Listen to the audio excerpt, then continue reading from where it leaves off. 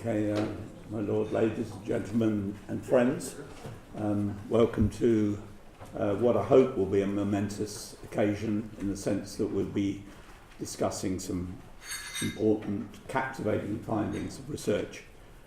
And so you'll have a minimum of talking from me. I think that we know why we're here, which is to make the point that boarding school placements can improve the lives of vulnerable young people in and on the edge of care. I think the word "can" is always going to be very important to all of us, isn't it? Because we all know that this is a selective process, matching a child to all kinds of possible routes for their development. And what we're seeking as boarding school partnerships to do is simply to demonstrate that boarding schools belong on the menu. And in some cases, the challenge of that is that, if you're an authority that hasn't recently had any, or recent years had any contact with boarding schools and don't happen to have any people with much knowledge of boarding schools, boarding school partnerships is an attempt to give you a bit more access to the schools and charities in particular who have that experience. But of course, we all understand how that is a big jump. That's a big change in the situation, and that's why we're attaching importance to today's session and what you'll hear from Norfolk County Council, because there's plenty of passion in this subject from all of us, from all kinds of all of us. But today we're going to try and be quite objective about that. Warts and all, you have all the detail we can possibly give you, plus what you're going to hear today on these 52 cases in 10 years, 11 boarding schools in and around Norfolk. And we're trying today to make sure we really are objective on what this tells us, where the warnings in this are, but really where the parallels are, and what is the reason why we should take this whole area of boarding schools a little bit more seriously, perhaps than it has been taken sometimes. So we're sort of saying, boarding schools deserve consideration at several points. Once you get beyond that, deserves a little bit of resource, and by resource, I think more than anything else, it means a champion. You'll see from the Norfolk presentations, we're not talking about really huge amounts of resource, and in fact no dedicated people as it stands. But you do need people fighting for something that's different and requires some expertise built up over time. And perhaps over time is the key to all of this. Boarding school placements are long-term things. Schooling is long-term anyway. And so 10 years of Norfolk County Council boarding placements is in itself an important part of this. We all understand it, we all develop skills over a long period of time. We get better as time goes on, even though we think we're pretty good after 1 year. Boarding school partnerships, you don't need, most of you in this room I've met, and you don't need me to tell you too much about what we're trying to do here. It's a voluntary network. By that I mean that we don't have any staff, we don't have a building. We are here to help each other learn about boarding school places, and there are a lot of people determined and enthusiastic for us all to learn. And so really, that's our kind of mission in life with boarding school partnerships. But really today is all about what I'm saying there, the objective and instructive research, and just trying to stand outside this issue a bit, look at it from the point of view of what Norfolk has been doing, and in a sense for all the local authorities here to look at your own problems through the prism of theirs, and to see kind of where the match is, where the opportunity is, and where the challenge is. Quite a lot of thanks for our progress so far with boarding school partnerships. Many people here were here last July when we started on this long mission, and we're on our second step of the mission, you might say. And and I'd thank everybody for staying with us on this. I think more than anything else, of course, we should thank the good people from Norfolk, led by Wendy Thompson, for the hard work and dedication to the cause of helping us understand what they're doing. They're doing their own hard work for their own ends, but they went out of their way a lot to help all of us today. And more even than that, I'd thank Lord Agnew, the Schools Minister, for his enthusiasm and dedication to our collective cause. It's been a wonderful experience, and so I'd like to introduce now Lord Agnew.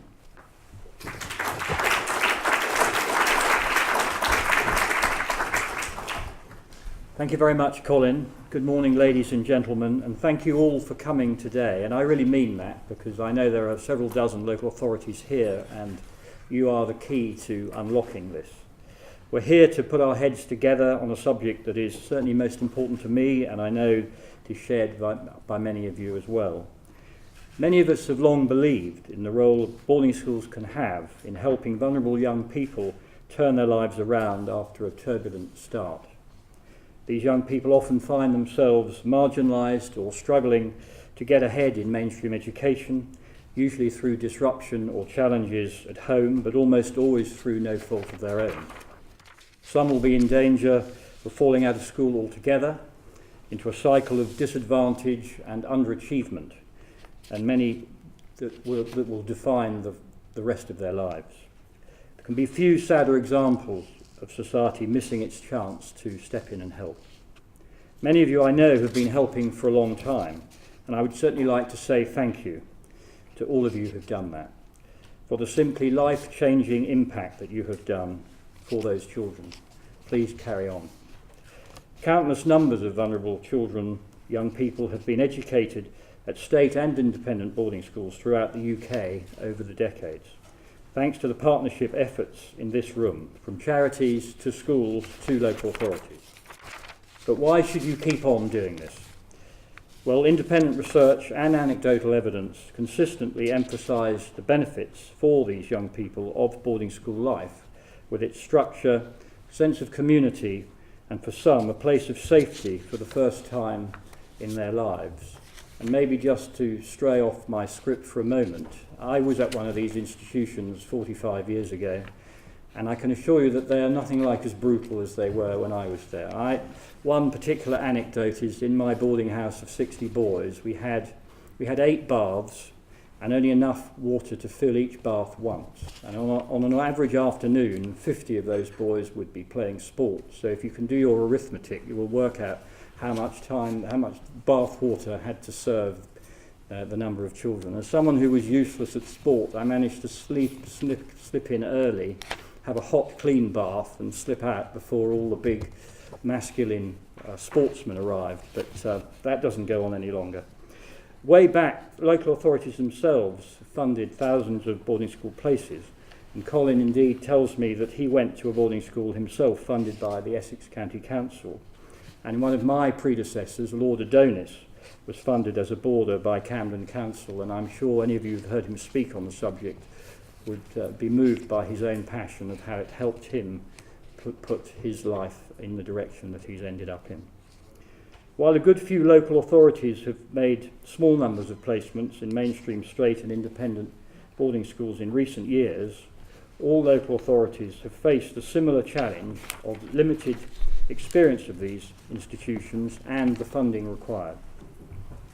About a year ago, a group of us sought to meet that challenge head-on by launching the Boarding School Partnership under Colin's leadership, and this was really at the instigation of my predecessor, Lord Nash, who shares my passion for trying to move this debate on a bit.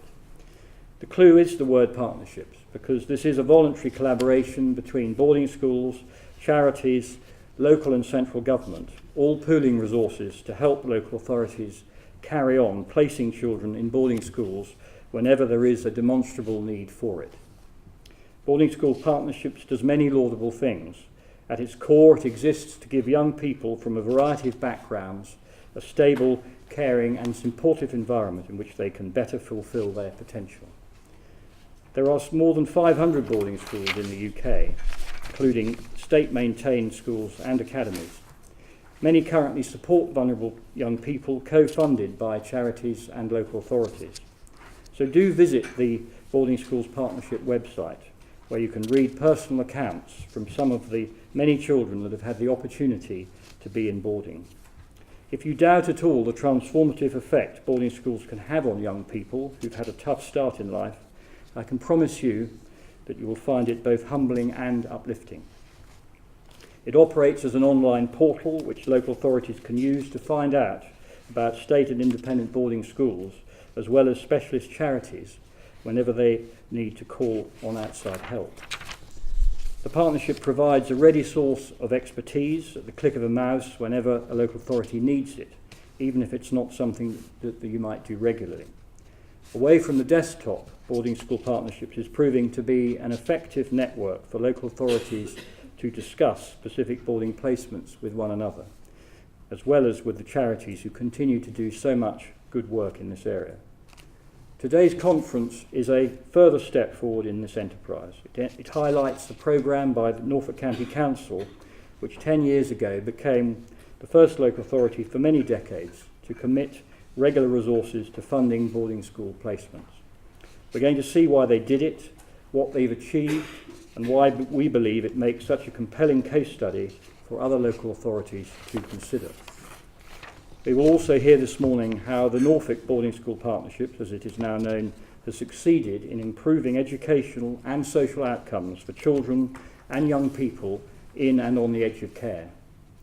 I also know that my fellow ministerial colleague at the DFE, Minister Zahawi, who holds the overall portfolio for looked after children, is keen to ensure that these children get access to the full breadth and depth of educational opportunities both in the state independent boarding and non-boarding sector. It is much more than a way of subsidising an independent or boarding school education for the lucky few. I'm pleased that this research, the details of which we will hear of in a few minutes, underscores the importance of boarding school partnerships as a catalyst for change. We know that local authorities have to cope with large numbers of vulnerable young children. They are constantly searching for different ways to solve often very complex problems. Every young person is different with particular needs and situations. Any boarding placement needs to be carefully planned, matched and supported, but with the skill and dedication local authorities demonstrate on a daily basis, it can be life-changing. You can't just flip open the independent school's yearbook. It is something which requires real commitment and skill. And I hope that part of the event today will give confidence to local authorities who haven't done this, but by speaking to Norfolk and any others involved, it might give you that extra confidence to take it to the next stage. The research from Norfolk Boarding School Partnerships, which has been validated by the UCL's Institute for Education, shows the potential reward for many vulnerable young people in and on the edge of care if local authorities make this commitment to boarding school placements. In Norfolk, many children and young people who were expected to become looked after came off the risk register completely, and some who were looked after stopped being so. That success has helped prove that this approach can be cost effective. The fees of even the most expensive independent boarding schools are 50-60% of that of the annual cost of a looked after child. That alone makes 3 to 5 years in a boarding school financially viable. I accept that the cohort surveyed is relatively small, and the strength of the report is in its longitudinal nature. For state boarding and also independent schools where bursaries are available, the financial case can be even more compelling. And the recently published joint understanding between the DFE and the Independent Schools Council commits its members to better target its bursaries on disadvantaged children, including looked after children. However, I want to be completely clear, we must not see this as a cost-saving exercise. We should only place pupils when and where it is most appropriate for that child or young person. The evidence of this research has in some ways been the missing link in our boarding school partnerships because of the unique accountabilities and challenges faced by local authorities. Norfolk County Council, which began its boarding placements with the help of the Royal National Children's Foundation, is showing other local authorities how to use the data and experience it's collated on behalf of young people in and on the edge of care. There are a few issues that I feel so passionately about and which I am more delighted to endorse. Please, all of you, do read the report about what boarding school placements could do for at least some of the children in and on the edge of care in your own authority. Make up your own minds. Take it back to your colleagues, sit down and discuss what Norfolk County Council has achieved. It really is an encouraging story and one which surely could and should be repeated up and down the country. I'd like to congratulate and thank Norfolk County Council and its 11 boarding school partners. I'd also like to thank the Boarding Schools Partnership for everything it's done in bringing this excellent research to fruition. If we are to make this a country that truly works for everyone, we have to do much more to deliver equality of opportunity for every child, including the most vulnerable, and indeed that is the motivation for me doing this job at the moment. This is one of those all too rare occasions when the humane and compassionate solution also happens to be one that delivers the best outcome as well as value for money. With your help, it is one that I hope can be embraced by authorities across the country.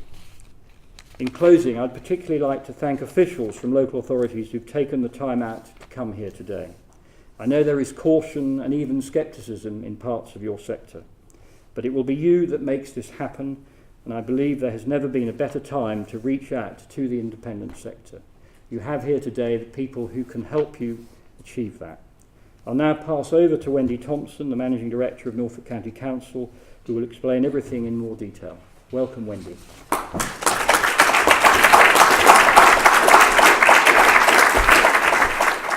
It's very good of people to come. I know the pressure that everyone's under in education and in the broader local authority world, so time taken out to come to something like this is very much appreciated.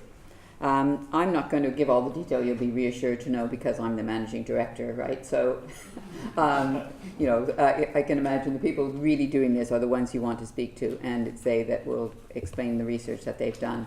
I also really have only been in Norfolk for nearly 4 years, so this initiative very much started before I joined, but I was very delighted to discover it, and really it's as a result of Colin's enthusiasm really that it came to light, and I think it's given us the opportunity to look at what we've been doing and really take stock. So it's been a great joining together really of these enthusiasms. So this is Norfolk. Most people pass through it on their way to the beach, but but it really has some other wonderful characteristics. It is many areas of outstanding natural beauty, which I'm a London person, so it's been a whole new life for me, which I really appreciated. But it is a big county. We serve all of it. It's a population verging on 1 million. We generally speak about its aging demographic because it is a place people like to come to retire, and we do have one of the, I think, 5th most aging populations in the country, but we still have a significant nearly 20% of the population are under 18. Big school, big number of schools to be looking after. Many of them obviously now academized, but still quite a number because of the size and nature of the geography. Some of them are still quite needing to be clustered and to be supported by the local authority. But that's the context of where we are. Maybe before I move on, I'll just say a bit about county councils. If I'm not sure who here is from which part of local government, but I would want to assure there's nothing easy about Norfolk that's any different from probably the same pressures that most of local government is facing. We are losing our rate, our central government rate support grant by 2021. That's the plan. We've had huge cuts in the last few years, which we've managed with as much care and strategy as we can summon. We've had a huge improvement in our educational achievement. Perhaps a little bit slow to get on that bandwagon compared to some parts of the country, but in the last 5 years or so really moved the population up in educational achievement. And we have a large number of kids in care. I think we have around 1,200 at the moment. spending 80 million on them. So this is not, we've got a 1.4 billion pound budget. So this is not a small job that we're doing in Norfolk. I wouldn't want you to think, oh well, it's Norfolk, it's an easy place to do this kind of thing. I've been in a number of local authorities in London and other places. This is this is real, and this has had a real challenge, I think, to be picked up by the people who've run with this for the last 10 years. And we know that nationally, children's services are facing huge increases in demand in these quite challenging circumstances.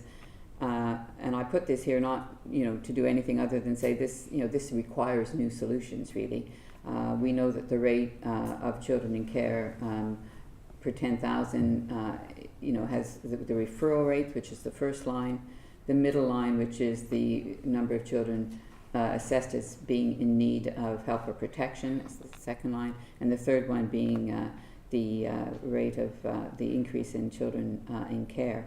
You can see that, each I don't know if you can actually see, it's pretty little, but the blue line is Norfolk, the straight green line is England, and then the dots are our closest statistical neighbour. So you can see we've had, we're in line with some of the increases that have been experienced across the country in the last few years, and this is a situation that we need to find new solutions for, and this small in number, but I think important in the opportunities that it presents children. This boarding school partnership is one of the things we are pleased to be part of.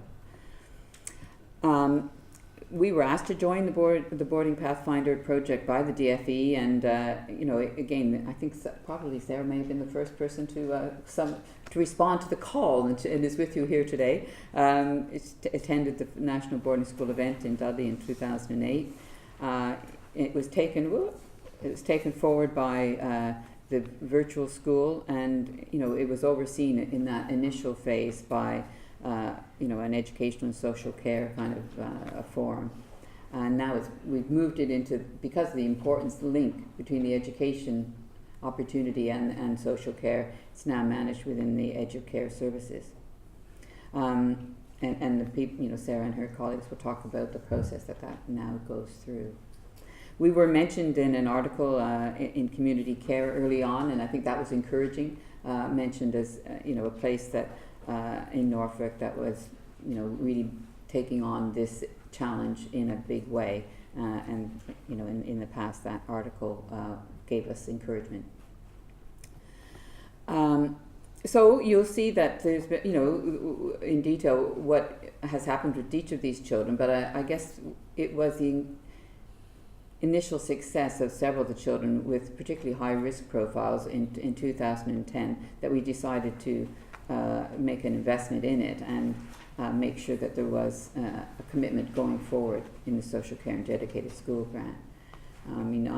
Some in these bubbles here are just some of the highlights. I won't read them out, but I think what I think Norfolk has demonstrated really is a belief that these kids are capable of doing this. If you are confident in their abilities and give them confidence in their own, that you assess them carefully and match them carefully, that you prepare the school well, that you, I've got, children and things go wrong, sometimes, and you've got to manage those things, and I think if you approach it in that way, the way parents do, probably with their own children, you'll probably, be thinking about it in the way it needs to be thought about. These are kids who need to adapt and adjust to their environment. The school also needs to get to know them. And, there'll be hiccups along the way. And as we've done this research, people are recalling some of those vividly. But, we didn't give up with it, and it proved to be the right approach for sure. And, the comment's been made today about the cost effectiveness of it. When you think of what some of us are spending to place children in services, I don't know what it's like in all parts of the country, but we're spending, in some cases, £3,000 a week, in residential placements for some of our more challenging teenagers and younger kids. It doesn't take long to start spending that money in better ways if you can find those those special kids, not all of them, but some of them earlier on, probably in their in their lives, where they can take advantage of these opportunities. So, we're very proud, really, and that's why we're here today, to be amongst the leaders in local authorities. I mean, I think it has to do, as you'll see, from the personal leadership that this initiative has been shown by people working for us who, have believed in the initiative, had the schools and resources in Norfolk to work with us, and who have stuck at it over the years. And in joining this partnership, you can really see that we're trying to encourage other local authorities to do the same. I've worked in local government for a long time, and I know that sometimes, there's been a big gap between the perception. Even the image that's in the paper today of boarding schools, not the one I think most of us would recognize, but that image still lives on, and it's that we need to sort of tackle with the reality of boarding schools and the reality of today's kids, and really take up this, this opportunity for those kids that can really make a difference with it. So I'm going to hand over to Sarah Hatfield, who's our senior educational psychologist. I think she probably will be modest in her claims, but from what I can see, having joined this enterprise just a few years ago, she's had a major role in taking up this challenge and has been really, I think, well covered by some of our educational chief officers who couldn't be with us today, but it's really been some of that personal commitment that I would just like to give some credit to, where she probably won't take it. So there we are. I'm going to introduce Sarah Hatfield.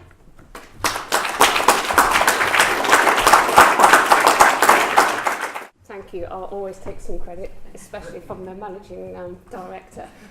Good morning. My name is Sarah Hatfield. I'm a senior educational psychologist in Norfolk County Council, and as you've already heard, it was me in 2008, newly promoted to my role as senior educational psychologist, who got sent, actually, Wendy, up to Dudley to attend the event. So it was me that set it up under what was then called the Boarding Pathfinder scheme.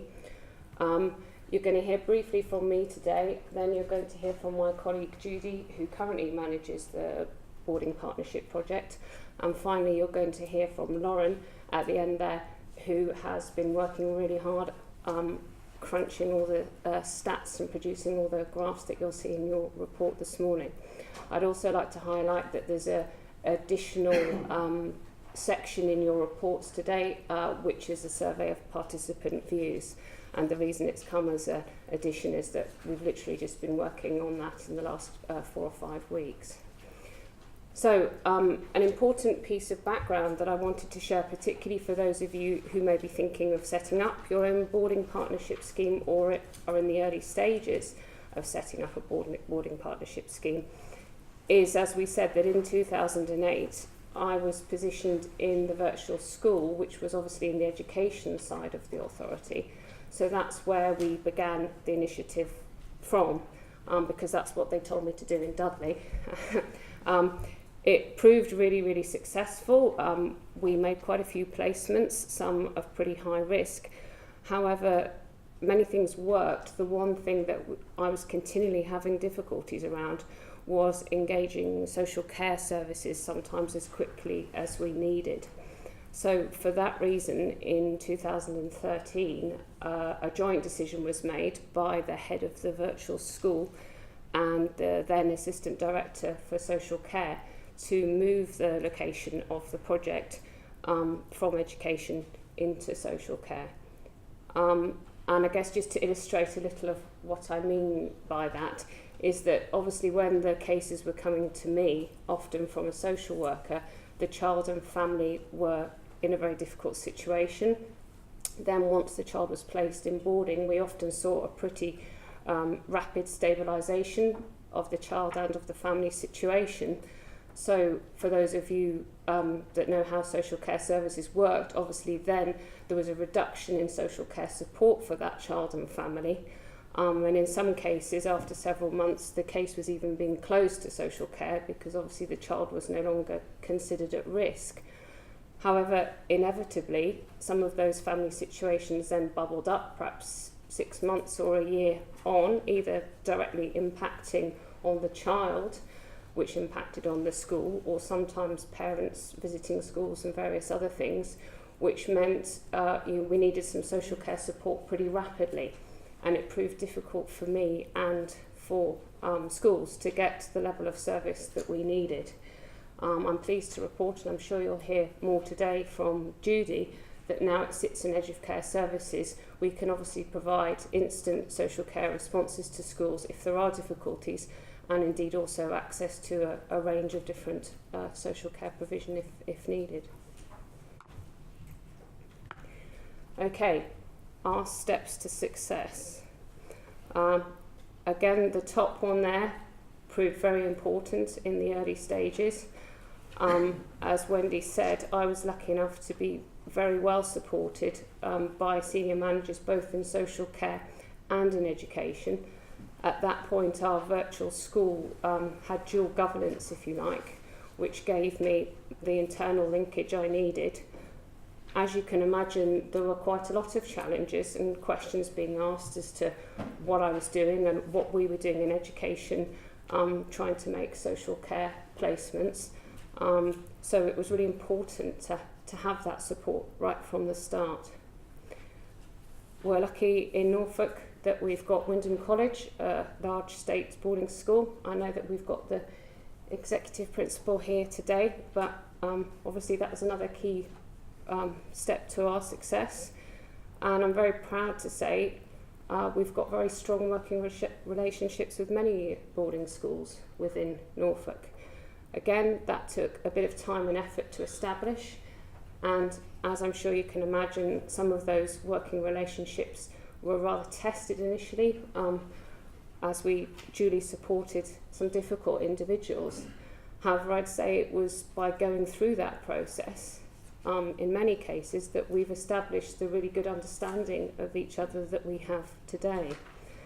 Again, from my perspective, I'd say what the schools valued, we might hear differently from Jonathan, but the impression I got is what they wanted is as much information as possible to know where to access further support if required, and in some cases they also appreciated accessing other services within the local authority. So for example, a couple of schools we provided safeguarding training for, generally at a whole school level, because that was something that they felt they would benefit from. In one school where we had a particularly difficult young person, they had an even more difficult young person in the boarding house. So I gladly offered to work with both children, obviously not together but separately. Luckily for me, the other young person, who wasn't actually one of ours, showed a dramatic turnaround. So therefore they really rated my input there. So as my boss at the time said, it's a kind of buy one, get one free situation. But those were all things that I feel added to the strengthening of our relationships. The next point on the slide there is a particularly important one to me as a psychologist, so I'm a bit biased because that's obviously my skill set, but nevertheless that's supported by the research report in front of you, the real importance of a very comprehensive assessment of both child and family need. So initially, where as an educational psychologist we might have just looked at attainment and things like learning support, what became apparent pretty fast is the need to add on elements of assessment. So we added on a mental health screen so that it was possible to have a baseline figure for things like anxiety and depression in young people. The purpose of that was obviously twofold, was to provide a baseline before the child went into boarding so that we could see if difficulties emerged, whether they were getting worse or whether they were actually there before the boarding placement.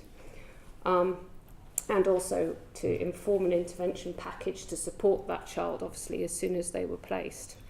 So we added in that mental health screen. In some cases, I have to say not all, but I was very pleased to see that our research supported the need for thorough assessment, so I'm sure we'll be extending that element of the programme. I also made an assessment of resilience levels in some individuals and looked at strengths, which again gave vital information really to schools before they met with children and before they planned support. So underneath there, careful matching of child's needs, I think that includes obviously individual assessment level and also practical things like location of family members. So for example, we had one child that was known to run to family members, so an advantage of having a large county, we had to select a school far away from as many family members as possible just to minimise the risk. So some, just very practical things like that. Or if a school had a particular strength, for example, we've got one school that prepares people to swim in the Olympics. Sadly for me, I never managed to find an aspirational swimmer, but if we do, we know where to place them or where to consider placing them. So another really important thing to consider. And I think we've already talked about the establishment of education on social care expertise, which sounds easy when it's on a slide there, but was a challenge for us internally. Okay, our results. I'm not going to read it all out for you. Obviously, that's the summary. You've got all the detail in front of you. I know Judy's going to talk a bit more about the figures. Basically, we showed a really impressive, though I say it myself, reduction in level of risk around social care. Educational outcomes were also good. I would also personally like to point out that clearly we know that research shows us the vital importance of having high aspirations for educational outcomes for looked after children, because clearly research time and time again shows that high educational attainment is linked with a much more positive life trajectory. But I'd like to highlight that that wasn't our initial aim of the programme, if you like. We weren't trying to improve educational outcomes. Our aim was to support the social care side of a placement. And our research shows, or we hope shows, that if you make longer placements, we're feeling that that might have a greater impact on educational outcomes. We haven't got the evidence for that today, but we're offering that as a suggestion. And I think of great importance is something that Lord Agnew touched on, that it's not just the GCSE figures, it's some of those other skills that I've watched children learn and grow with by attending boarding school that aren't captured in the, obviously, attainment figures. So I think probably one of the most difficult case that I have been involved in appears in our statistics as a failure, if you like, because she ended up becoming looked after making there were big safeguarding concerns, so basically her and all her siblings became looked after children. She didn't sadly finish her educational placement despite our best efforts. However, what she did do when we placed her in prep school is take up the flute, which still today is a source of pride and joy for her. So I'd like to suggest to you that there's lots of successes like that that aren't captured in our current research report. But I know Colin's got great plans to do another one, so I'm sure that will be included, not in Norfolk. Clearly it's financially favourable. Again, that's not something like the Telegraph, if you've seen it this morning, that we're wishing to promote, but clearly it makes sense for the taxpayer. And you're going to hear from Lauren that it's well received by children, families and schools. Right, so this is summarising the outcomes of our research, and the headlines there are in the purple bubble. So I hope I've mentioned the suitable matching, effective collaboration, and the need for a long-term commitment.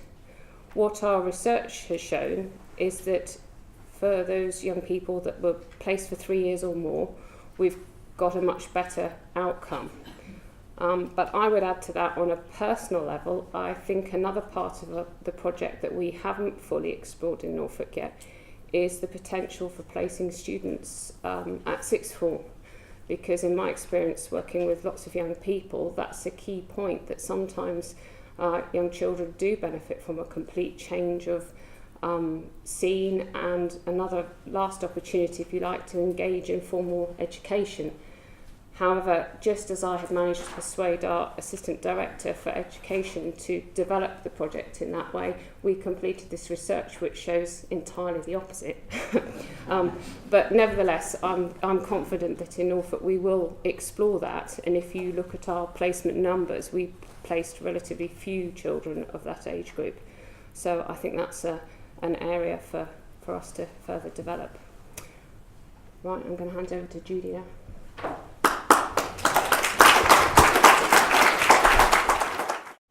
Hi everyone. I think I'll give you a bit of background about what my team looks like, because I think it might be quite interesting within the local authority. Some of you will know this because I came and spoke to you not that long ago.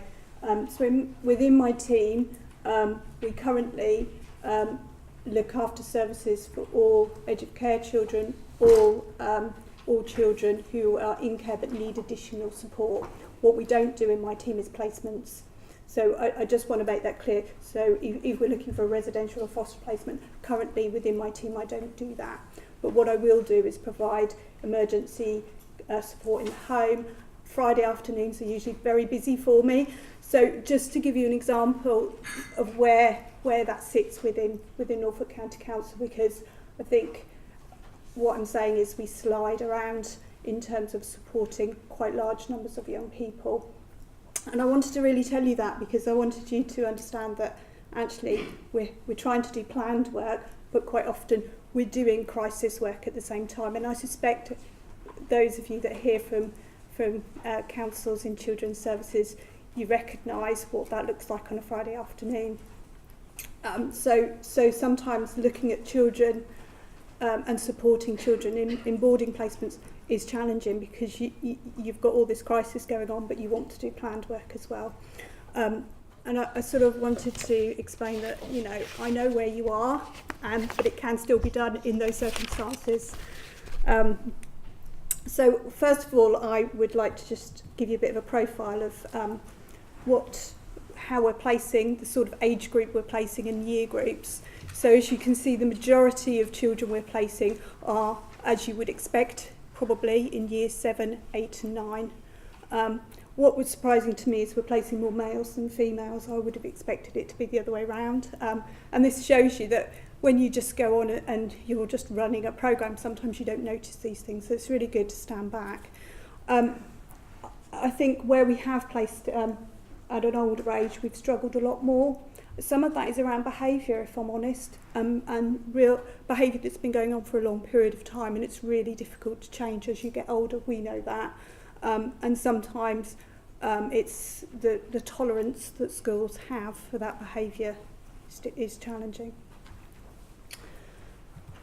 I just wanted to talk to you about risk and how we looked at risk, and so we looked at on placing children in the boarding schools. Where were they? So when we talk about risk, we're talking about those that are looked after children, those that are in child protection, and those that are child in need. So that's how we've looked at it. And then we've talked about universal services. No child that we looked at would be in universal service. I don't see, most of the children I see are either in child protection or looked after in my team. So that just gives you an example. If you turn to page 18 of the report, it's not on my slides, otherwise I would show you a bit more. What this shows you is where we started and where we ended. So where the children were when they started in terms of their area of risk, and then where they ended up. And I think that's quite a telling point, because we still have some that are looked after that we were hoping would not be looked after. What I would say about those is some of that, it's not necessarily that their risk increased. What we did is we found out more about those children and what was really going on for them. And actually, from a social work decision-making point of view, they couldn't go home. The safeguarding risks were too high, and that was more about finding out about what was really going on. And I wanted to make that really clear, because you can't always show that in statistics, but those who work in social care will know what I'm talking about really and how that works. But what I would say is that the majority, we did see a reduction, and quite a quick and big reduction. What we don't do is, when children are part of the boarding school arrangement, what we don't do is we don't close the case. So even if they are actually no longer a child in need, that case is still open to social work. Now, I know that causes additional work, but actually this is about supporting the child and the family when they're in school. Because what we have seen, and I'm sure the schools will tell you this, is where we have closed the case, where it has gone wrong, schools left holding the baby as such. And I know that we aren't always as good at supporting schools or the children in schools that we would like to be, but that was one way of mitigating against that. So what we were looking at is quite a marked reduction in looked after children, but also those in child protection. A lot of those children, when we were placed when they were under child protection, this was actually, it's either this or they're coming into care. There was, and you'll see from the supplementary report of the sort of profiles of the children we're talking about. What I would say is schools are taking these, the schools have worked really hard with us to take these children, and they surprise me, to be honest, because every time I look at a case I'm like, I don't think any school is going to look at this child, and they do, and they support them and they go out of their way. So working in partnership with the schools is really important for us. Some of the challenges. We're a large organisation, so we're a big authority. We do have a turnover of staff, we have a turnover of social work staff. That can be challenging because you spend a lot of your time promoting the scheme, just as where you think you've got social workers come to talk to you, they've left, or they've gone to another department or another team or whatever. So we do spend a lot of time trying to keep on top of that. I do attend the panels. We have panels to make decisions about children. Most local authorities will. I will be attending as many of those as I can. That's a really good way of finding the children, and I think that's probably the best way of finding the children that are suitable for placements. You need to keep it on people's agenda. That's quite challenging too, for reasons I've talked about. But also, I mean, I work very closely. Sarah and I have worked closely for a number of years. We're not that far away from each other, but we're not in the same office. We're certainly not in the same location. So there is those challenges as well. I think smaller authorities might have a bit more flex in that, but because we're spread around the county, that doesn't always work. Time. This is time consuming for small amounts of children. So if you're thinking about setting up dedicated time for would be amazing. I would really like some dedicated time to do this, but we don't have that luxury at this point in time. So it's about that working together and having a team that really all think about children that way. One of the other challenges is dumping, and what I mean is dumping with schools. I look at Jonathan when I say that because I'm sure that will come up. We try our best not to, but I think sometimes schools can feel like that, and it's about actually, if that feels like that, you've got my number, and you know, I will get calls from schools, I will have those discussions. The cases are quite challenging, and sometimes when you look at the profile of the child, it can be different to meeting the child, and schools do go out of their way to meet the child in, you know, at their home or in an environment that's perhaps a safer environment, rather than going into this big scary school and do a little bit of that. You know, the partnership with the school helps some of that. I think working with our educational psychologist is really important to support those challenges that children bring. A lot of what Sarah's done for those children is about how we mitigate against the risks that they bring. So it's actually, how can we support the school? What do we know about this child? How can we support this child? And Sarah's team has been brilliant in supporting that.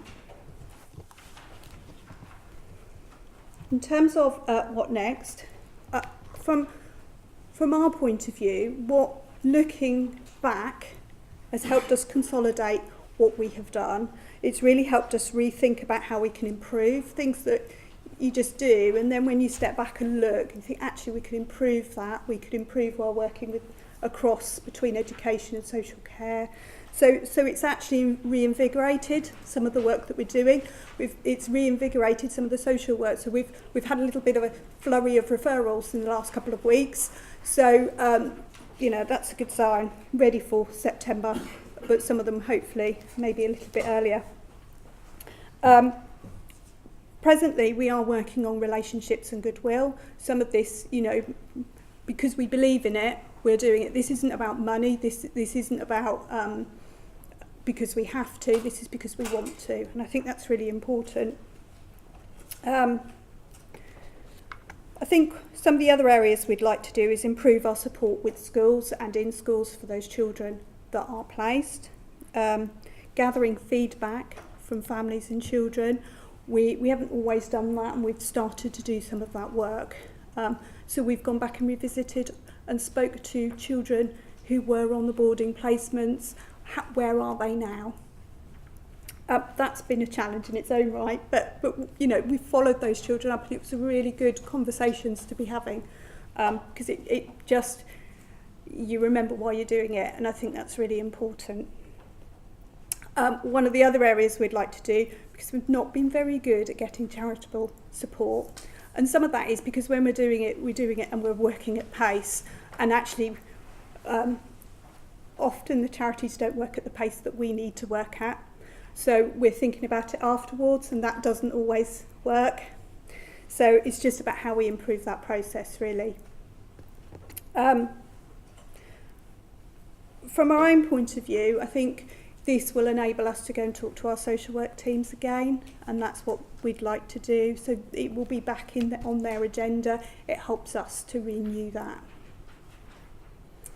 In terms of, this was one of the young people that we talked to. So her placement in a boarding school was her 16th school, and I think she was year 6 at the time. And I just thought, from a pupil's or a young person's point of view, this is what she said.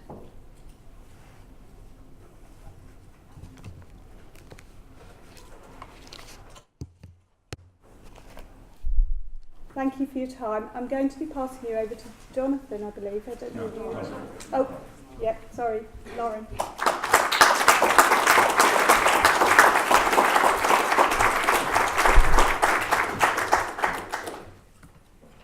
Good morning, everyone. Thanks, Judy. My name is Lauren Bosley, and I'm part of Norfolk County Council's research team.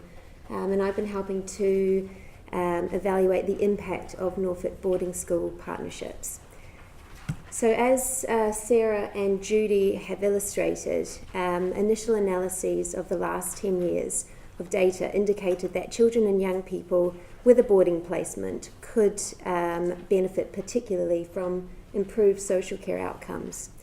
In order to understand the impact of these outcomes, we felt that it was crucial to hear directly from those who'd been part of the program by exploring the views and experiences of young people, school staff, and social workers who are involved. Instead of just looking at the numbers, we wanted to hear the stories to gain a deeper insight into the data. This formed the basis of our supplementary research. Our overarching aim was to explore the perspectives of the young people, school staff, and social workers by evaluating the strengths, challenges, and improvements of the program. The purpose of the research was to inform and enhance the current model for boarding placements that was developed by Norfolk. And it's hoped that this model will provide a basis for other local authorities to further promote and develop boarding partnerships throughout the country. So who did we talk to? We started by inviting school staff from all 11 of the state and independent boarding schools who'd maintained placements over the last 10 years. We contacted 11 social workers who were supporting current students in boarding schools, and we invited 6 young people who had been through the boarding program. From the starting sample, and after quite a lot of chasing, we gained 10 responses, so 10 participants. This consisted of 7 school staff from 7 different boarding schools, 1 social worker, and 2 young people. All of our participants had been involved for a minimum of 4 years, so they could provide quite meaningful reflections of their experiences. A quick comment about the response rate. So we had quite a good response rate from the school staff, but low from social workers. On a surface level, we felt this could be a reflection of heavy caseloads, but also quite a tight research window. We also reflected whether we may have had a higher response rate from social workers if the request had gone out via social care channels as well as from an education channel. It's difficult to know for certain, but we feel that it highlights the importance of having very strong collaborative communication between social care and education. Response rate from young people was also low because we had to go through social worker channels to reach them. The 2 young people that agreed to take part, Sarah actually contacted directly, so we were able to provide them with information about the research in that way. Both these young people had been placed at boarding school during primary school, and their placements had been successfully maintained for around 5 to 6 years. We had 1 male and 1 female, current ages 17 and 21 years old. One had been looked after since they were 10, with 2 foster placements and 16 different school placements before boarding, and the other had been looked after since age 6, with 8 different foster placements. Both families had a history of long-term alcohol or mental health problems. Parental relationships had broken down, and families were struggling to care for their children at the time of placements. Once we had our sample, we started to gather views through questionnaires that asked open-ended questions around experiences relating to the strengths and benefits of the scheme, challenges surrounding the scheme, and potential improvements. We had a version for school staff and social workers, and a separate version for the young people to reflect the different roles of our participants and also keep it accessible. We analysed the questionnaires using the research method of thematic analysis, which identified 3 key themes and several related sub-themes from across all of the responses. And these were our themes. The three themes were preparation, communication, and boarding experience. So the first theme, preparation, outlined the importance of preparing children, young people, families, and boarding school staff for placements. Firstly, effective preparation could be achieved by including children and young people in decision-making processes, helping them feel part of the placement selection, having the opportunity to visit schools, and being provided with sufficient information about the process. Additionally, involving the parents and carers could help ease concerns around transitions and encourage their children and young people to engage with their placement. And finally, preparing school staff with an awareness and understanding of students' social, emotional, and educational needs could help schools plan for effective academic provision and emotional support. Within the second theme, communication was considered fundamental for supporting a consistent approach during placements. This included collaboration between school and partners such as social workers and the partnerships team to maintain regular contact, support, and ongoing monitoring of students' needs. Additionally, effective communication was identified as a tool that could help build and rebuild trusting relationships between our students and their families, peers, and school staff. This in turn was felt to help impact their social outcomes. Finally, participants felt that in increasing the awareness of boarding partnerships throughout services might enable more children and young people to access and benefit from the program. The final theme explored perceptions around the overall boarding experience. When evaluating social, emotional, and educational outcomes, the continuity of boarding, improved attendance rates were seen to support students in completing their education where they were previously at risk of dropping out. Access to wider curricular opportunities within boarding, such as additional sport, drama, and music, was also felt to positively influence students' general well-being, confidence, and learning. Regarding social outcomes, the structure and stability provided by boarding schools was felt to help prevent children and young people from being taken into care by easing the pressure on family circumstances. Additionally, participants expressed that boarding could offer a sense of stability and support during periods of change and uncertainty, and that local authority-assisted boarding could promote social diversity throughout the inclusion of students with different backgrounds, skills, and talents into schools. These findings were based directly on the responses of the young people, school staff, and social worker involved. A full thematic analysis has been compiled in a longer report that we're in the process of completing. And these are examples of the types of responses we got from participants that made up our themes. So one school staff commented, "The more time spent planning and sharing before placement, the better. When well planned, it's been highly successful." Another mentioned services need to be more aware of the benefits of the program can bring to young people and support their families. And our social worker expressed that young people achieved far greater educationally and made progress within their familiar relationships than what, despite numerous efforts, could be achieved without the provision. Particularly valuable reflections were those of the young people who'd been through the process. When one of our students was asked what worried them about the placement, they responded, "I've never seen a difference between state and boarding educationally, but for someone that was passed around so much from family to family, it was great to have stability with a boarding school. I'm super grateful to the boarding school, and the amount of school support that they gave me was incredible. They didn't have to do that for someone in my position. I'm sure I would still be angry and disruptive if I just continued to be passed around lots of families and not gone to the boarding school." And when asked what they'd say to another child thinking about being placed, the response was direct: "Yes, do it." Now, naturally, we have to be careful around the generalisability of these experiences. And what's been reiterated throughout Norfolk's analyses is the importance of careful planning around the matching and suitability of this type of provision for children, families, and schools. It won't be the solution for every scenario or situation, but when well prepared and effectively supported throughout, this type of boarding provision has the potential to change lives.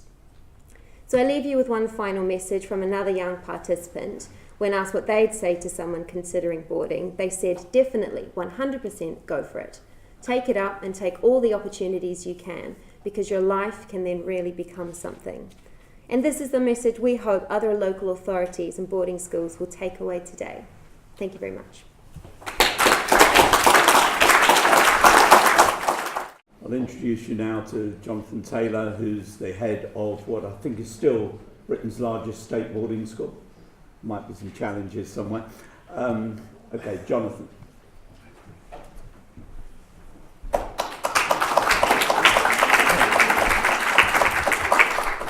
Thank you, Colin, and we will still claim that mantle of being the largest state boarding school, in terms of boarding numbers at least, certainly for the moment. And it's great to see so many colleagues here from local authorities, but also partner member schools of the Boarding Schools Association. And I will touch a little bit later about how boarding schools work together to offer the very best we can for the young people that we serve. And in a sense, the question how boarding schools can help local authorities isn't really what I'm going to focus the majority of the next 15 minutes or so on. In a sense, I think that answer can be given quite readily and quite easily, in that we have great expertise and we want to work in partnership. But what I really want to do in the next 15 minutes is just to explore, particularly for local authority colleagues, boarding, what my boarding school particularly looks like, as a flavour of one example of what's already been stated this morning. It's a multitude of different opportunities, different offers across the boarding school sector. And my answer to the question earlier is really my starting point. It's about the moral purpose of what we do. Wyndham College, together with a whole host of other schools up and down the country, we do want to support vulnerable young people and we want to improve their life chances. We were Ofsteded by Ofsted Social Care in 2017, and that quote there was one of the proudest things in our Ofsted report, that vulnerable children at Wyndham College make rapid and sustained progress from their starting points. Now, you've heard that from the Norfolk study. Ofsted, or in the independent sector, the Independent School Inspectorate, will frequently comment about the difference that boarding schools make to young people, and I think that's fundamentally important. A bit of context about Wyndham College. We're a state boarding school, proud to be a state boarding school, proud, Colin, to claim that we're the largest state boarding school, but we're also proud to be a member of the Boarding School Association, and that is an umbrella organisation that includes independent and state boarding schools. Around about 40 state boarding schools up and down the country. I've worked in a very small state boarding school back in my career that had 80 boarders. At Wyndham College we've got 630, so you can imagine that keeps us all, me particularly, very busy. We're a non-selective school and we are a state comprehensive school. Half of our community are day students, in the same way as it would be in any comprehensive school. The other half choose, for a variety of reasons, to board with us. We've also, as is the want in the world of state education, we've founded a multi-academy trust, and at the moment we are responsible for about 3,500 students in our trust, 8 primary schools and 4 secondary schools, and that is very much to the benefit of students at Wyndham College. We also, this is a bit of an advanced plug, we also have a primary free school in pre-opening stage, and that will have a boarding element aimed at year 5 and year 6.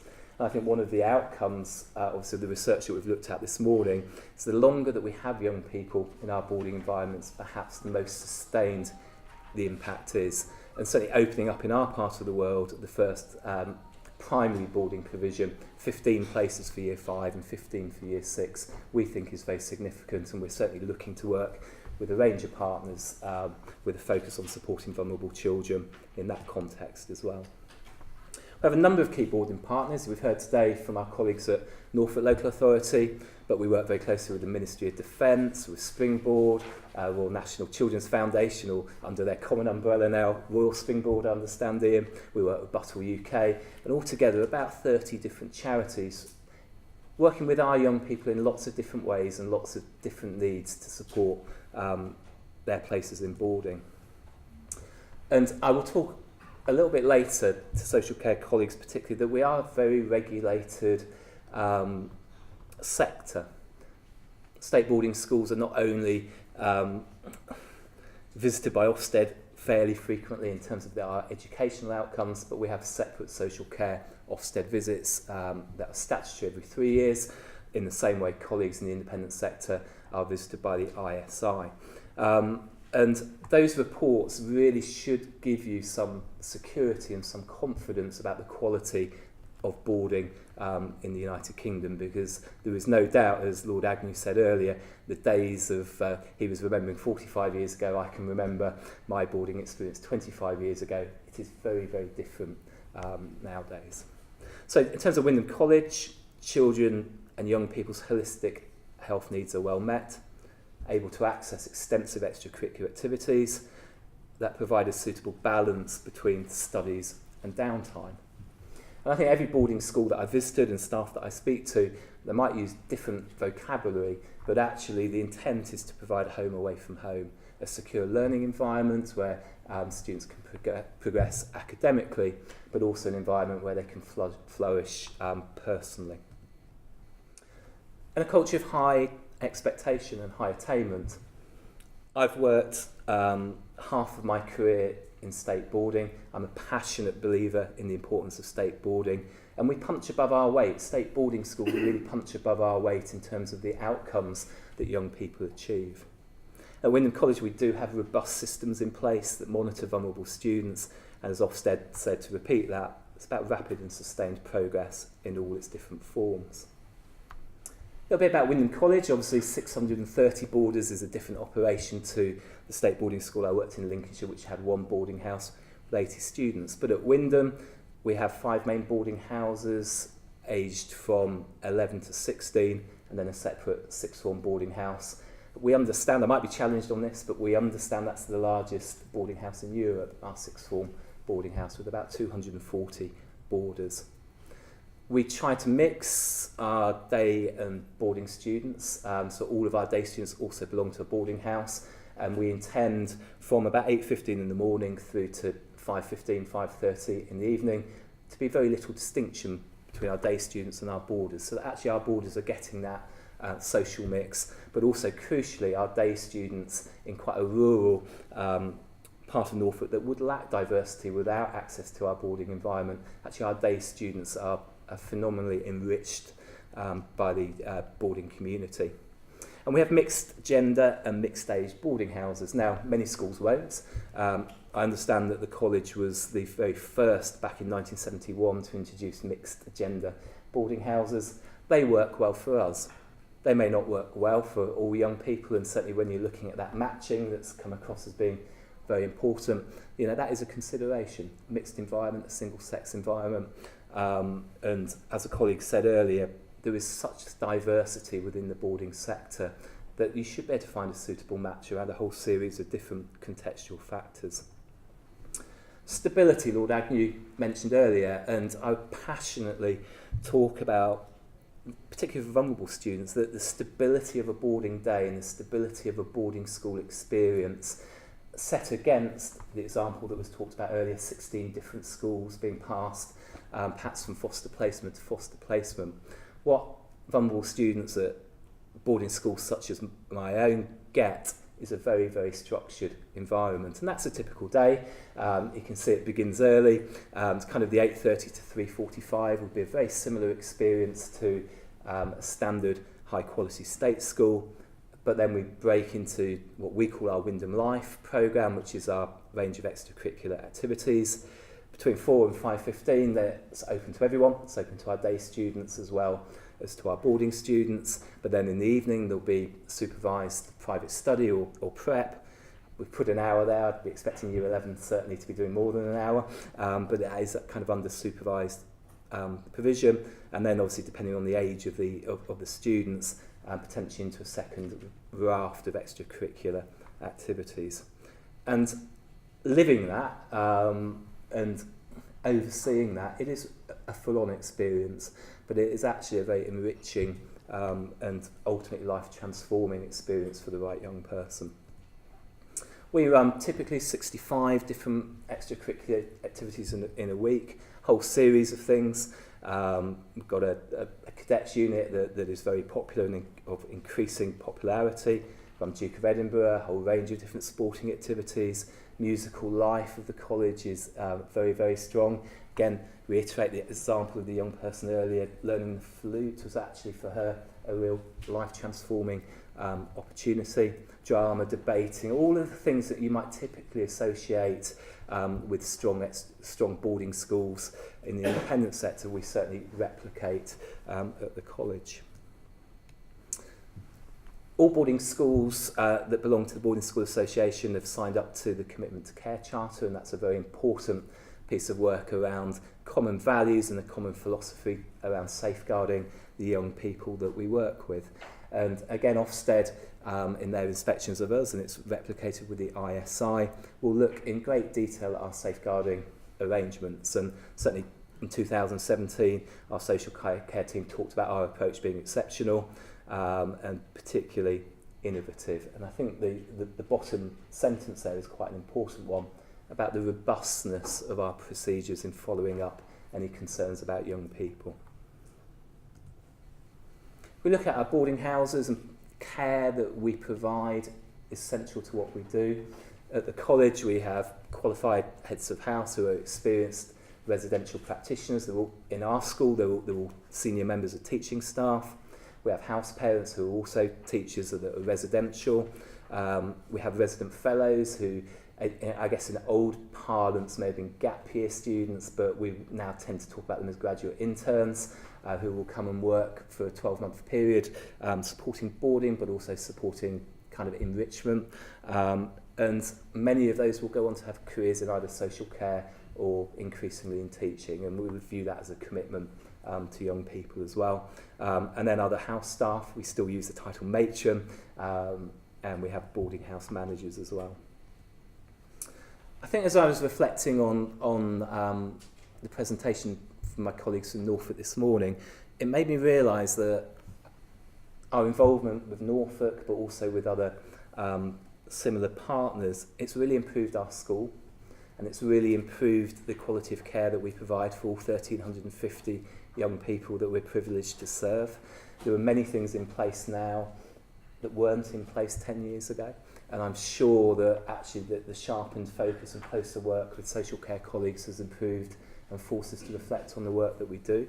But just to give you a snapshot, we have a 24-hour medical centre on site, we have a regular GP service who served from the college, we have our own wellbeing manager who's got a responsibility not only for student wellbeing but also staff wellbeing.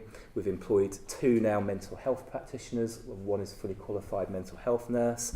We've got staff trained in emotional literacy and support, and we run all sorts of in-house counselling services for staff and students, and 45 of our staff have now gone through training from Mind around kind of wellbeing work.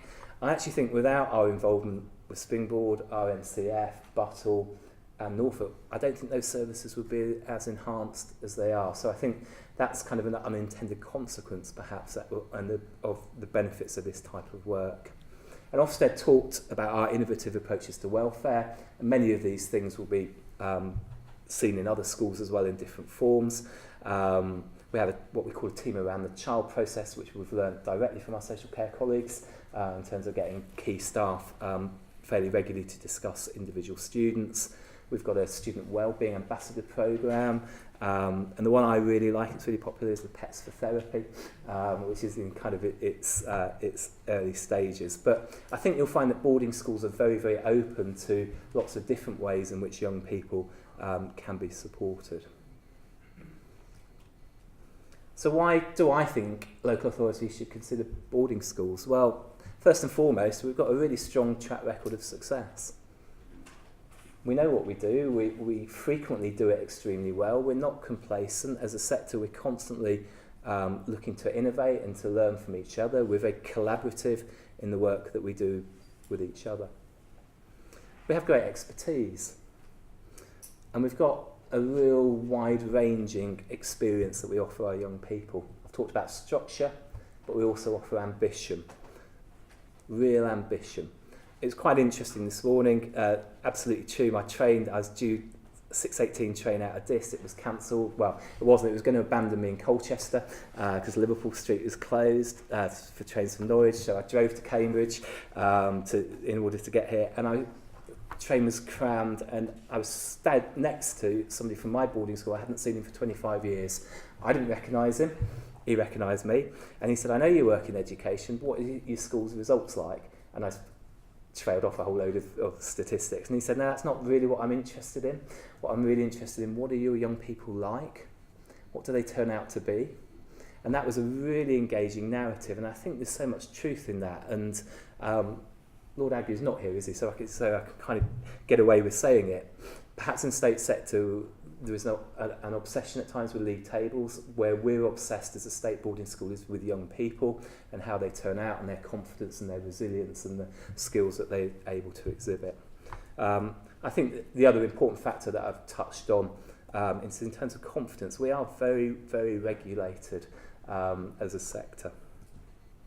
Lovely photos there of you of children doing all kinds of things, but this is a lived reality, and I think again when we're going back to the establishing relationships with Norfolk through this scheme, I think social care colleagues' understanding of boarding was only really ever developed when they came into the school and came and looked around the boarding houses and had the opportunity to talk to our young people and eat a meal with them. It's fine to read a brochure or a website, but actually until you engage with the young people that are in boarding, I don't think you'll get a real sense of understanding of the great work that we do. And what really interested me in truth about the Norfolk research, it wasn't the first lot, it's this that's been published this morning, because that's the attitudinal work and that is the voice of the young people that we're working with. We're very successful. Academically, we're very successful as a school. We've got a strong track record of it's the right destination for young people, of kind of university entrance and higher level apprenticeships. But that, crucially for us, includes students from all sorts of quite vulnerable and difficult backgrounds. We won a Pupil Premium Award from the Department for Education in 2016, and we have all sorts of accolades that I don't intend to run through. What they do show to you is that Wyndham College, as an example of a boarding school, is very diverse. We offer a wide range of opportunities, and the things that you will find on a visit to Wyndham College, I know through personal experience, are replicated in other boarding schools up and down the country. So, to really answer the question, how can boarding schools assist? We've got real expertise, we've got knowledge, we've got honesty. What we ask for colleagues from local authorities is to share their expertise with us as well, so there is a general partnership. And when we're looking to the possibility of placing a young person, we need to know about them, we need to know about the issues, so that we can plan, see firstly whether we can meet the needs, and secondly, if we feel we can, to make sure that the wraparound care services are in place. And I think crucially that understanding has developed significantly over the past 10 years. So expertise, partnership, passion, ambition. Boarding schools, state boarding, I am biased towards, but I know our independent colleagues do it incredibly well. You know, we do want to work with young people. We do think that we can transform life chances. But I'll end with the note that Lord Agnew said earlier. It isn't for every child. It is about having boarding as one option in a wide range of different approaches that you can take to help and support your vulnerable young people. For the right child, boarding will change their lives, and it will change it positively. And there are a whole series of head teachers in the room that I'm sure will be delighted to talk over lunch or afterwards with colleagues from local authorities. It gives me the greatest pleasure to hand straight over to Ian Davenport. Ian has worked with Wyndham College over very many years as well, as one of our core partners. Ian.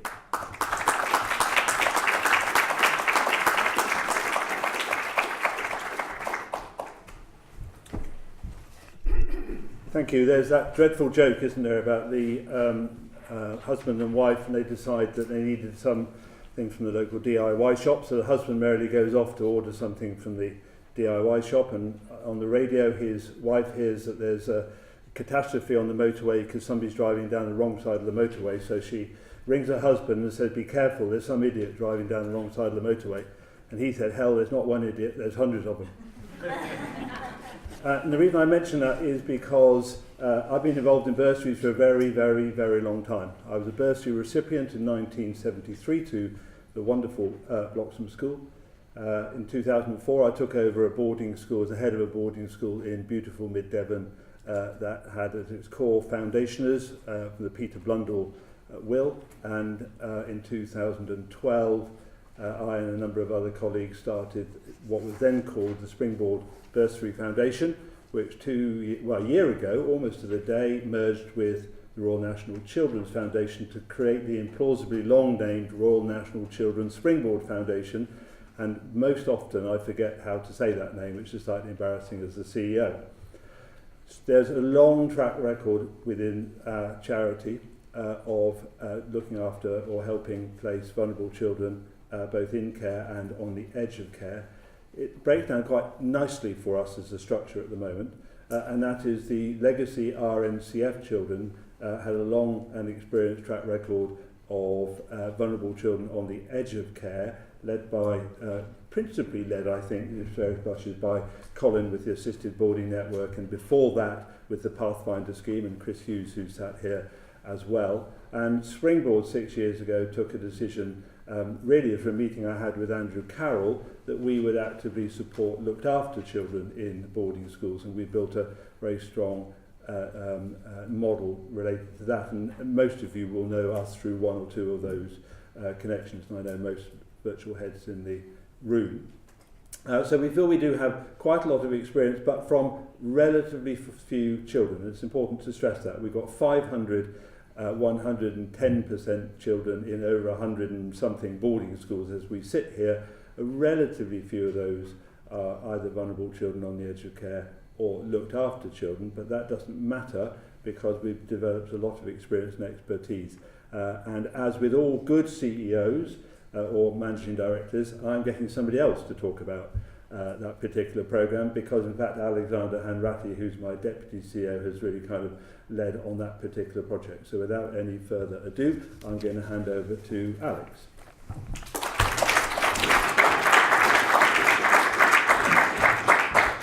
Thank you, Ian.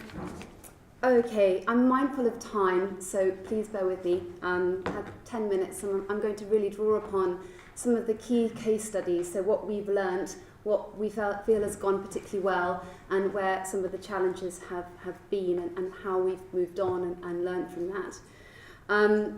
So firstly, as you all know, children in care are the most disadvantaged group of young people in the UK, and we are passionate about doing what we can to support them. In the last 5 years, approximately 40 local authorities in England have engaged with us, 5 of which have placed 15 children in care from years 7 to 11 in 6 different state and independent boarding schools. With a retention of 85%, we feel our model is robust and successful, but yet we are still continually learning. Pioneered by the excellent work happening between East Sussex County Council and Beeds Boarding School, we've now rolled out the scheme nationwide. I should add here that a lot of what I drew together for this presentation has actually already been included in the excellent work that's happening in Norfolk, which is really encouraging to see.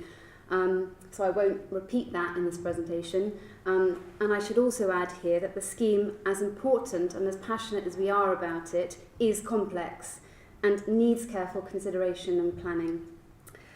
So I thought I'd start with a couple of case studies where it's worked particularly well.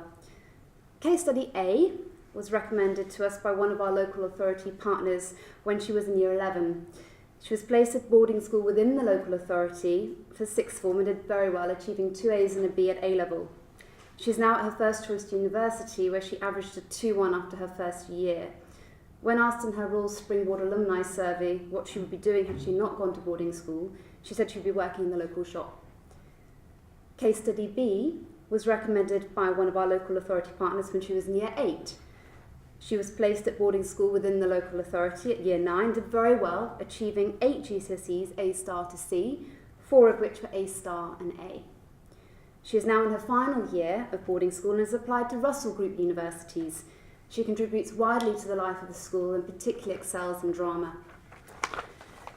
Both case studies A and B have come through the same strong partnership. And why do we feel and what has worked particularly well here?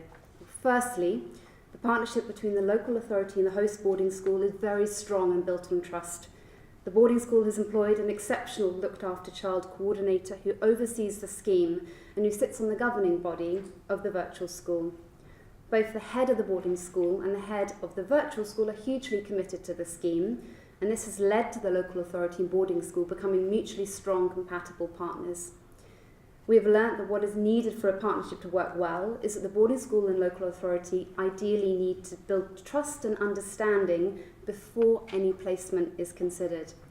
This should include belief in the concept, that those professionals involved with the scheme agree that placing looked after children into boarding school is the right thing to do, the ability to drive it forward and make it happen, so having a designated lead, looked after child coordinator at the boarding school and at the local authority to oversee the scheme, trust in each party to play their part, and an agreed flexible approach based on the needs of the child. I'll give you one example here. One of our looked after children we supported had a foster placement breakdown when she was at boarding school. She ended up in supported lodgings. The boarding school worked consistently hard to ensure that she made it through to the end of her schooling career with the local authority and with the pupil. She finished and got 3 A levels. And also what's worth saying is that it's not just the academic achievement here, something that we've talked about earlier today. Whilst at boarding school, she also played drums in the house band, she coached volleyball, she represented the school in football, she was captain of their school's target rifle shooting team, and she is now doing an apprenticeship and has aspirations to go to university later on. She's a prime example of the holistic benefits and life-transforming impact of boarding school. and we're hugely proud of her. We've also learned that looked after children must be suitable for boarding. So as again alluded to earlier, pupils with long-term significant behavioural difficulties may not be suitable for boarding school, particularly if they're placed at a mainstream school. Academic assessments should ensure that the pupil can cope with the academic pace at the selected boarding school, and we work with a range of boarding schools for this reason. Effective planning and preparation is critical and should start 12 to 15 months before the young person starts. There also needs to be transparent and effective communication every step of the way, not only between the local authority and the boarding school, but also within the boarding school and local authority. Once the pupil starts at boarding school, we feel it is best practice for the subject teachers to be informed that the pupil is a looked after child. House parents, tutor and the boarding school lead or looked after coordinator communicates regularly with the foster carer and social worker, and the pupils offer the opportunity to see the counsellor. With regards to holidays, we feel it is really important that the pupil can return home to the foster carer's home, where they have their own room and can leave belongings whilst they are at school. Now, we are well aware of the national challenges in recruiting foster carers and feel one viable solution is for the local authority to actively market fostering to those potential foster carers who are already in employment and might be willing to care for a child but cannot commit 24/7. We are sure that there are some potential foster carers out there who may be willing to be part-time foster carers on a reduced income. Of course, the vulnerabilities associated with looked after children means that there's complex work and not always a success. Our job is to mitigate the risk of failure as much as we can and use our learning to improve the success of future placements. The following two case studies demonstrate mixed results. Case study C was placed at a boarding school in the neighbouring local authority. She experienced extreme highs and lows during her time at boarding school. She has a solid group of friends, but struggled with the academic pace. She has also struggled with the anxiety of where she would live once she left boarding school, although she had been reassured that her foster placement would remain open once she attended university. Case study D was recommended to us just 4 months before he was due to start at boarding school when he was about to start his GCSE exams. It was felt that case study D had the intelligence and the academic potential to make a success of the placement. After some minor issues in the first few weeks, he settled and made some friends. However, he struggled with the academic pace and started to push the boundaries. Further to this, his grandparents were not supportive of the placement. He eventually left after 2 terms and has returned to live with his grandparents and attend the local college. He still has aspirations to go to university. In both cases, we felt that not enough time was spent in developing the partnership between the local authority and host boarding school, nor in preparing the pupils for boarding before they started, even though the desire was there to make it work from the local authority boarding school and our charity. Despite both pupils being matched to schools at which we all collectively felt they had the cognitive ability to thrive, the academic pressure and pace were too much for both pupils, particularly case study D, so perhaps we could have done more preparation there.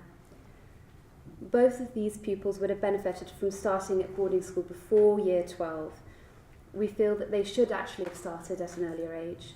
This would have allowed more time to get used to the rhythms of the school, build friendships and trust in key adults, as well as get used to the academic pace before their A-levels started.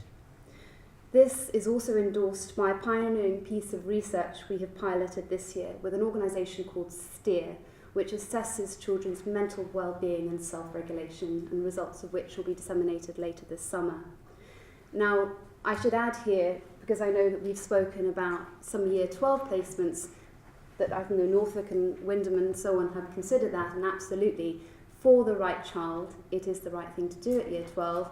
But of course, from our experience, we've learned that it is more fragile placement because they've got 2 years rather than 5 or 7 to get used to the rhythms of the school, manage the transition from day to boarding, often state to independent, but not always, and of course GCSE to A-level jump, which is huge, and then they've got to make friends, leave their home community, and so on.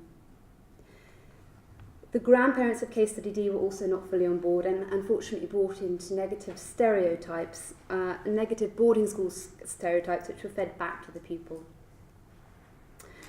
And finally, despite matching pupils to the school we all collectively felt was suitable for them, they were placed out of the local authority. One was in the neighbouring local authority and one was a little bit further away, which added additional complexities. So in summary, what have we learnt and what questions should we ask at the start and for future development? The partnership between the host boarding school and the local authority should be explored and developed first. Are the two cultures mutually compatible? Can the virtual school and social care team see those looked after children thrive at that particular boarding school? What needs to be put in place to ensure an effective and smooth transition and integration into boarding school for looked after children? What mechanisms need to be put in place to safeguard the child's needs if things go wrong from the start? How can communication be shared effectively? Once the pupil has been identified, has the information regarding the pastoral and academic needs, pupil's history and motivation to attend boarding school been shared effectively and openly with the host boarding school and sensitively too? Has the risk assessment critically been conducted in light of the pupil's history? How can the local authority and boarding school reassure themselves that enough due diligence has been conducted so that this placement is a success and won't lead to the pupil feeling rejected? Planning and preparation. Has enough time been set aside to ensure checks can be put into place so the placement is a success? Are boarding school staff prepared and trained in how to support young people with attachment and trauma-related issues?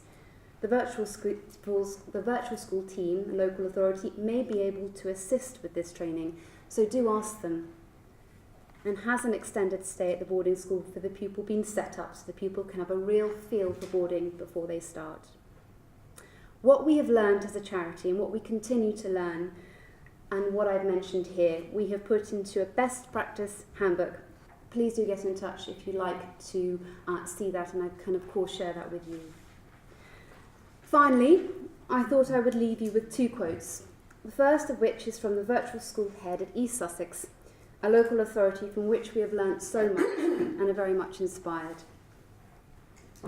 For a small number of children looked after, boarding school is an excellent option and opportunity. East Sussex has worked closely with Springboard and in particular Bede School to create an opportunity for young people at the start of year 7, 9 and 12. It certainly works best when the whole team supporting the young person is involved in early identification and supportive of the opportunity. Bede's has an identified designated teacher for children looked after and an ethos which is very attachment aware. This, coupled with the support from Springboard, has resulted in 100% success for our young people. And the following quote is from the excellent looked after child coordinator at Bede's, Dr. Andrew Carroll himself, who's been doing inspirational pioneering work in this field. He says, "We cannot overstate the impact that a boarding education has had on our young people in care. It has opened their eyes to their own potential and provided them with opportunities to explore and develop their individual talents. We have repeatedly seen our children in care grow in confidence and self-belief, try new activities, develop social skills, and make connections and lasting friendships with pupils from all over the world.